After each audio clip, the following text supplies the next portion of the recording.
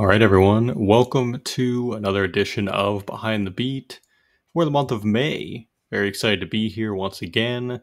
Hope everybody is enjoying the impending warm weather, depending on where you're located.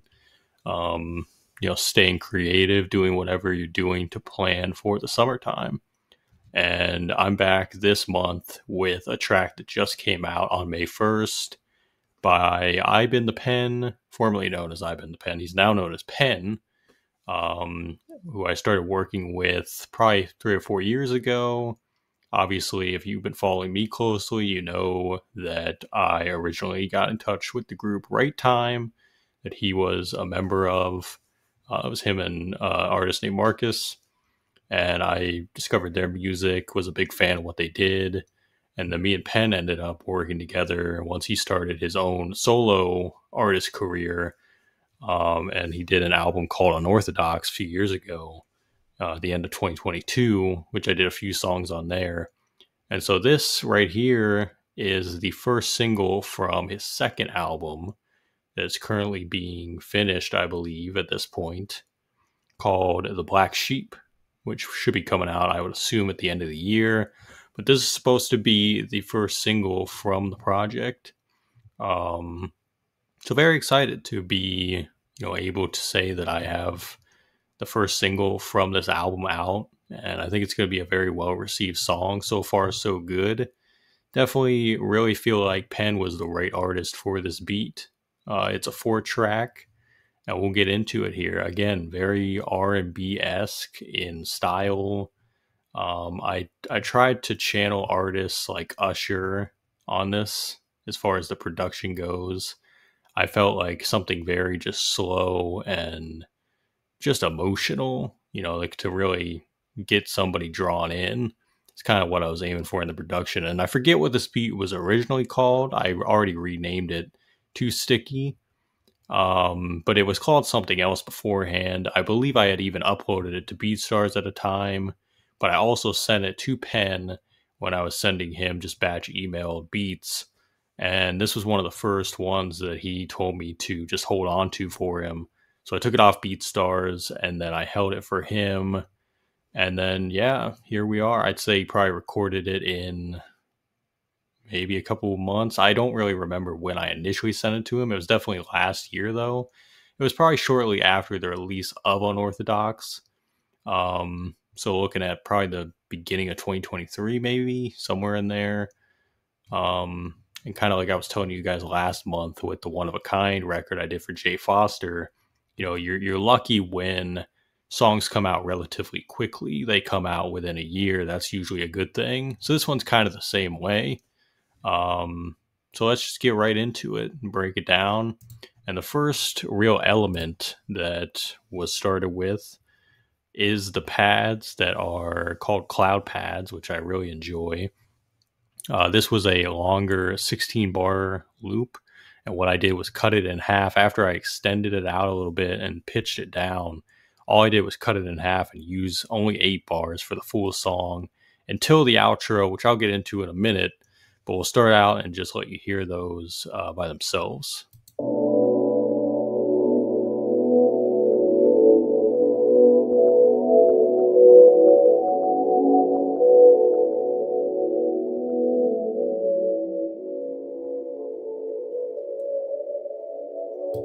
A big thing when I was getting into beat making, real little side story here.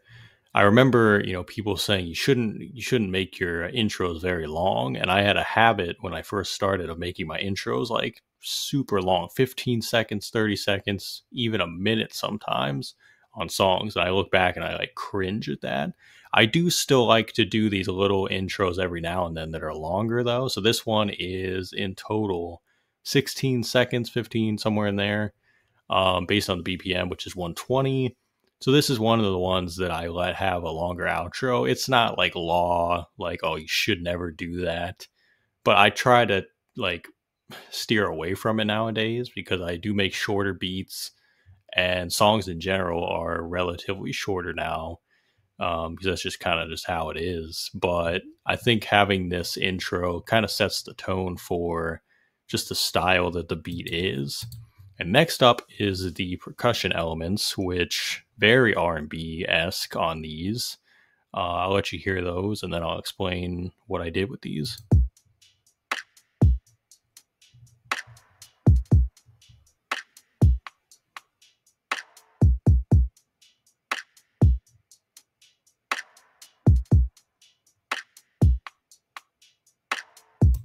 So just adding that little double kick variation, like right in here at the end of each 4 bars. And it's just pretty much the same throughout. Not really a ton of variation, but it's just simple. I don't think the drums on this one are really the driving force. They're just meant to keep things moving. But again, very much inspired by classic, early 2000s. You got the snap in there. The snap to me is like a trademark of R&B records. It's obviously used in hip hop as well, but I always think of like T-Pain songs had the snap and things like that. So I just always love that. I don't use snaps a ton in my production, so it's kind of like a rarity when you see that. I'm usually more of a snares and sometimes a clap person. Most of the time it's a snare, but snaps is, it's cool to use. I like the ones that have more reverb on them like that. And this kick was very punchy and cut through very well as well. So yeah, nothing too insane on those. Next up, though, is when we get into where the chorus is with these keys. So let's hear those.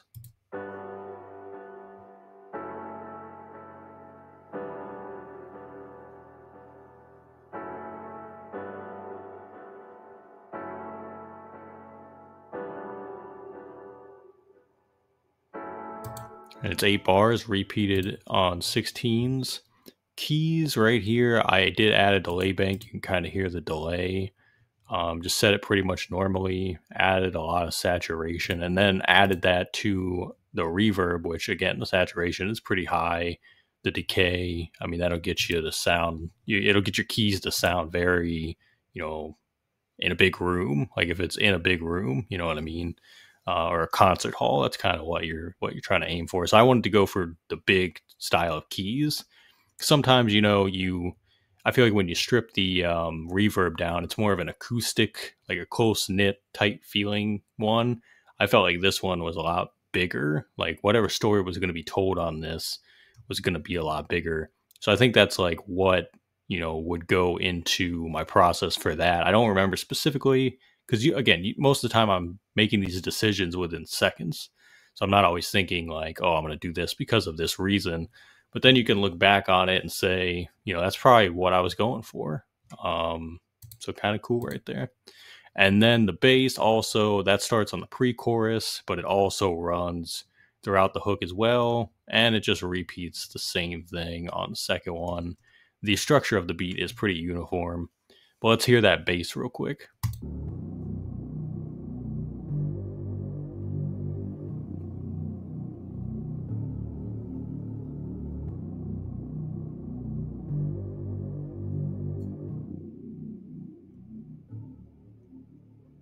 The tones of the bass are somewhere in a medium area. They're not like super dark, super deep. They almost have a hopeful tone to them. So I thought, that could work very well for an R&B record. But a bass like that reminds me of, I don't know, like a T-minus style of production. Like if you heard anything that T-minus produced from like 2009 through 2013, a lot of his bass lines were kind of similar to that. It's a bit different, but that's just what it reminds me of. And I just thought it complemented well, especially with the pad, even before you get into the drums. And it gives the kick a little bit of extra support. So that is all the elements of the beat. And we will play what the chorus sounds like all together.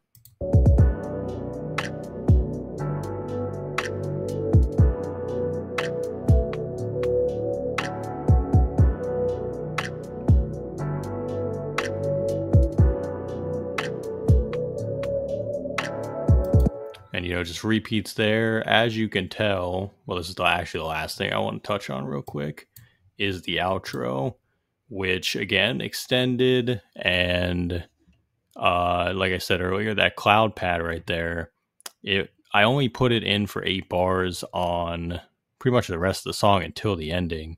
And I just wanted to let the rest go, the full 16 go, fading into the outro. So as you can see, I have the master volume being faded out. So let's hear what that sounds like to end it off.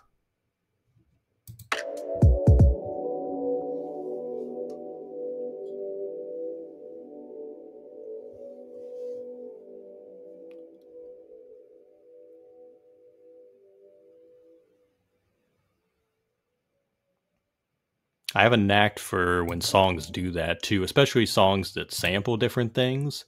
I like when they'll use different parts of the sample for, let's say, the intro or the outro.